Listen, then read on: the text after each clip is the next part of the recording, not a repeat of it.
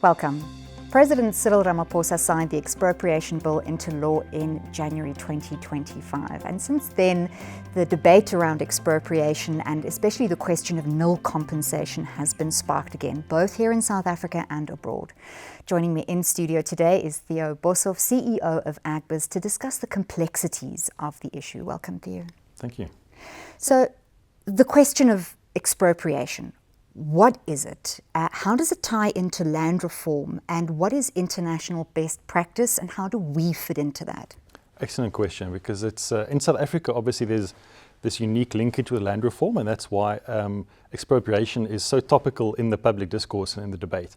Internationally, it's not a very well debated or contentious issue, but it exists in almost every single jurisdiction. So European countries as well as ourselves, we call it expropriation. In the US, they have what they call the right of eminent domain. And the Commonwealth countries, it probably best describes it, and they call it compulsory acquisition. So in other words, it's a situation where if the state requires private property, usually for a public purpose, but in South Africa also for the public interest, and that's another thing that can be discussed, there must be a deadlock breaking mechanism.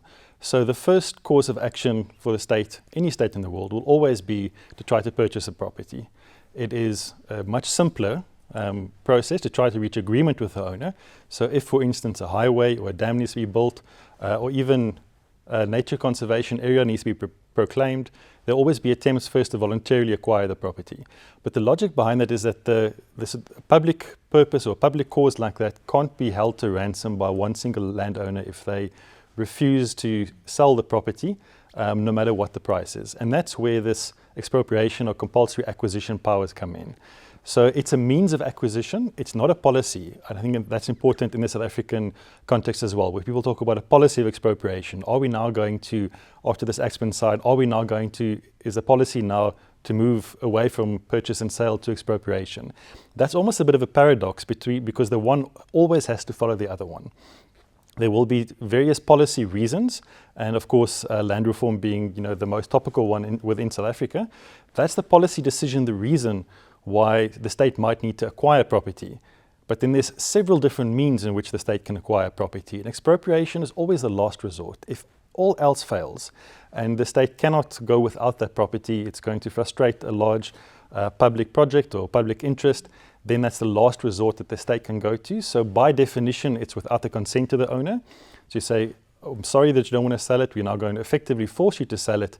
However, we'll pay you compensation for that because the private property owner also can't bear the burden or undue burden for something that has to benefit the public at whole. Before we move on to the issue of the impact on property rights and this question around public interest, I want to stop for a moment around the conflation of expropriation with land reform in the media, and with specific reference to recent problematic statements by US President Donald Trump. It's not unique to his statements. Many people in South Africa also believe that expropriation and land reform are the same thing. Why is that problematic?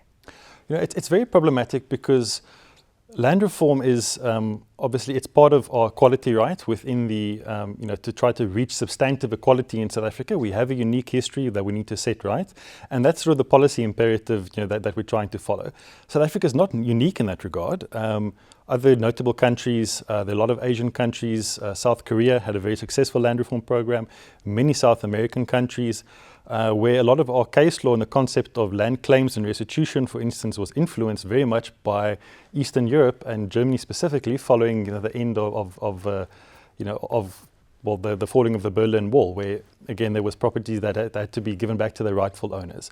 So it is problematic because land reform in itself, and I think that's maybe where the misconceptions have come in. They say it's discriminatory, but it's actually aimed at achieving substantive equality in the historical context that we have. Now, expropriation, and I think one of the challenges is that land reform, I think its common cause has been very slow in South Africa. It's been frustratingly slow, and many commentators have jumped to the conclusion to say the reason why it's been so slow is because property owners are not willing to sell their property, and maybe in some instances that might be true, and that is where expropriation as a tool might come in as a deadlock breaking mechanism.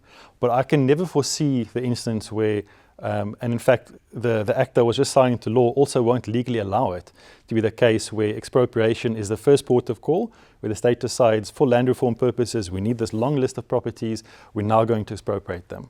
There's a provision in the Expropriation Act which states any expropriating authority for any purpose, even a municipality that might need to build bulk water infrastructure going under your house, for instance, they have to make a legitimate attempt to purchase the property, to reach agreement, and only if no agreement can be reached after making a reasonable offer can the state go to expropriation. So how often expropriation will be used within the land reform context is absolutely vital, and I think that's where a huge misconception has come in.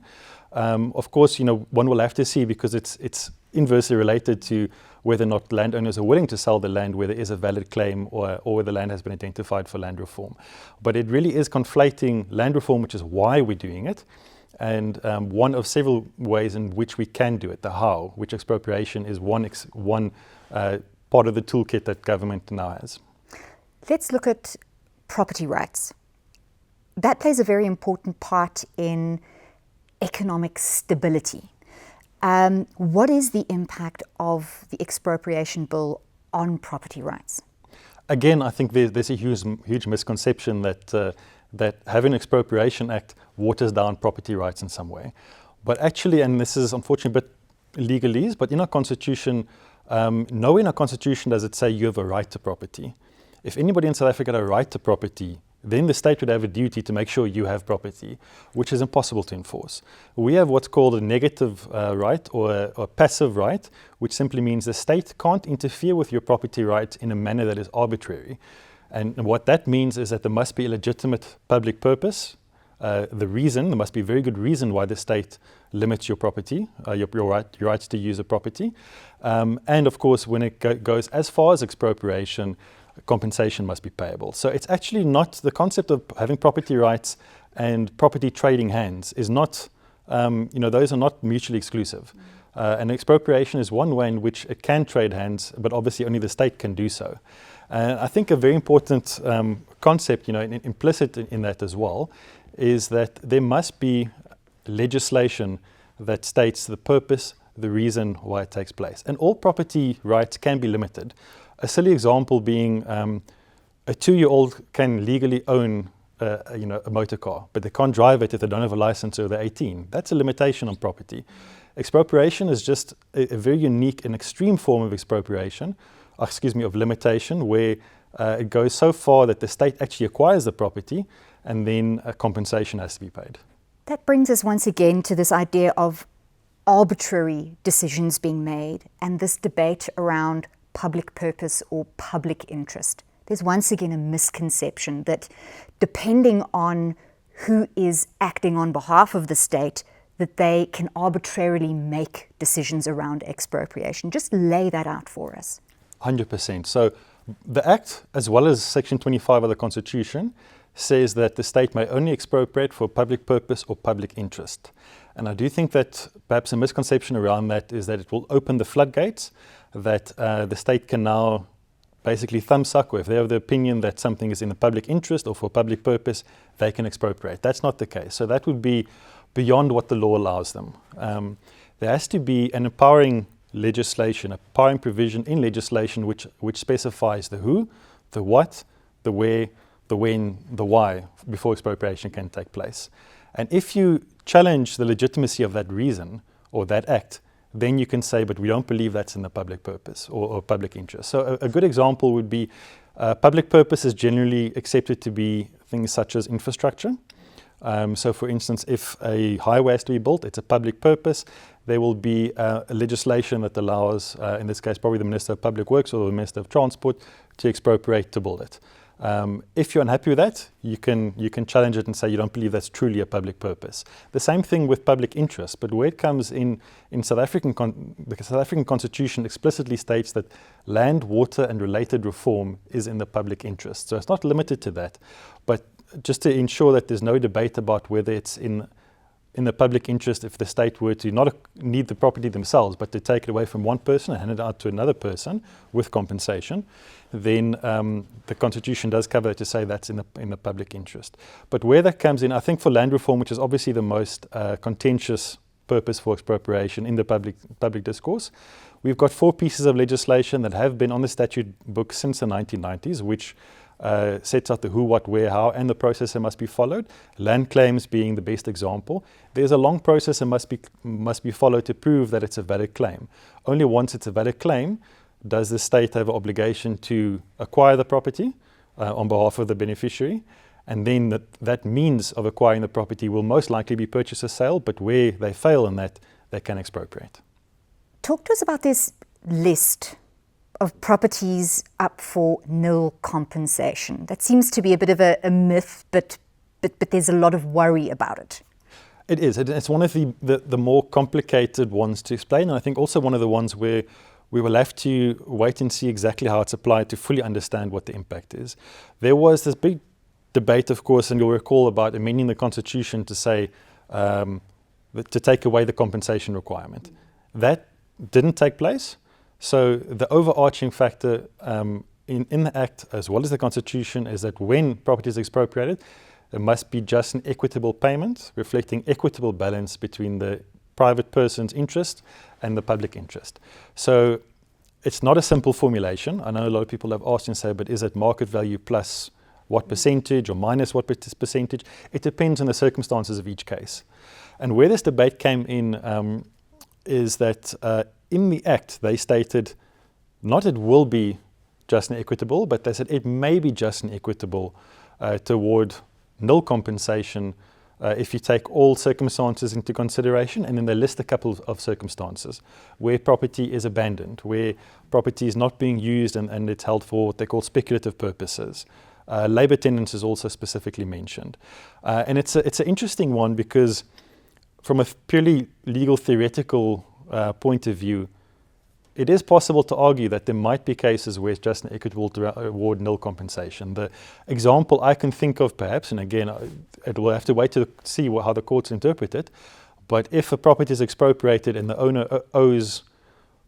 hasn't paid property rates in 20 years, they owe the municipality more than what the property is worth, maybe a court might decide that actually R0 is just and equitable. But that is an extremely rare circumstance. I think in the general fear being for land reform purposes, land use productively, etc., the chances of nil rand being just and equitable is highly unlikely. The basic premise of expropriation and compensation is that the owner shouldn't profit from expropriation, but he also shouldn't be worse off after the expropriation. Now, where that lands in the compensation scale obviously depends on each case, and we're going to have to see how the courts interpret this. Why is it important to differentiate between no compensation and nil rand compensation? It's a difficult one to explain, because if you're awarded nil rand compensation, you can argue it's the same as no compensation. But because the process that has to be followed when expropriation takes place in our laws, they say you start with the market value of the property, and then you apply any other relevant factor which can either push the compensation up or push the compensation down. Now, if the Constitution were to be amended to say you're not entitled to compensation, so without compensation, you wouldn't start that process. The nil compensation, again, it's a theoretical basis to say if you go through this process of starting a market value, applying all the factors, it is theoretically possible that you can land on zero. So it's a move away from public sentiment around land grabs towards a more rational consideration of the context and circumstances of each case in which expropriation is considered. No, precisely. And I mean, the reason why nil compensation had to be put in the Act, I think, is probably questionable, perhaps for political reasons, and that's one of the positions we took in, and most of business took in, to say that it's unnecessary. Just mentioning it will create some anxiety amongst the investors. But in actual fact, it's a provision in the law which is legally, theoretically possible, but extremely unlikely. And then but it's highlighted in the Act.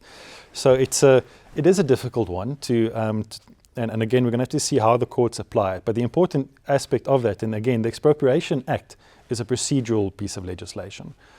So it sets out the procedure that must be followed when any expropriation takes place, as well as obviously the compensation elements. And the important thing to highlight there is that the state doesn't determine the compensation. The state makes an offer, the owner or rights holders can make counter offers, and then the procedures are for a number of a series of offers and counter offers. If they can't reach agreement, it goes to mediation.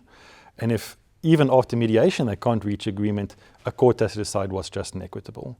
Now, the real risk that we see in those provisions is how it might be interpreted and applied, in the sense that it might well be that expropriating authorities offer you nil rand compensation because the Act says it's possible.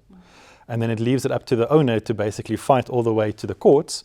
And I do believe that once you reach the courts, again, unless it's incredibly unlikely circumstances, the courts will offer proper compensation, just and equitable compensation. But it's a long, tedious, dramatic process to go, to have to go all the way to the courts. And of course, taking government to court is not inexpensive, and it's not easy. So that's the real risk that we see.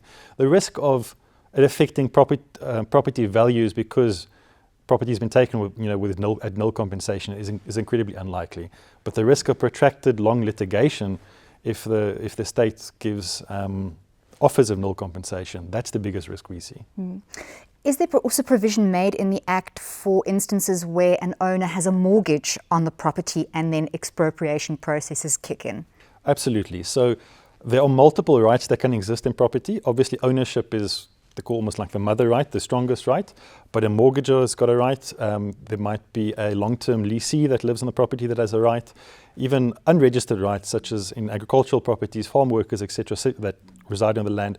Those are all rights in land that has to be compensated for if they're expropriated. So depending on the purpose for which the land is required, there is provision in the Act that says the expropriating authority must specify if certain rights are if all the rights in the land are expropriated or not. If, for argument's sake, the land's going to be flooded because a dam's being built, then obviously the state needs to extinguish all the rights in that land. But if it's for land reform, perhaps maybe your farm workers will still be able to stay afterwards. They might exclude that from the expropriation. Now, the mortgage bond is obviously a very, very relevant one, because both the bank will lose its security if their mortgage bond is expropriated. What the Act states is that all the rights holders in the property must try and reach agreement in terms of how the compensation is apportioned.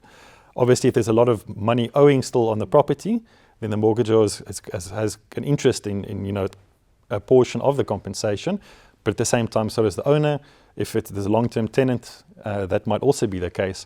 So you have to try and reach agreement. Again, failing agreement, mediation. Failing mediation, a court will decide whose rights have how much weight and how much they should get.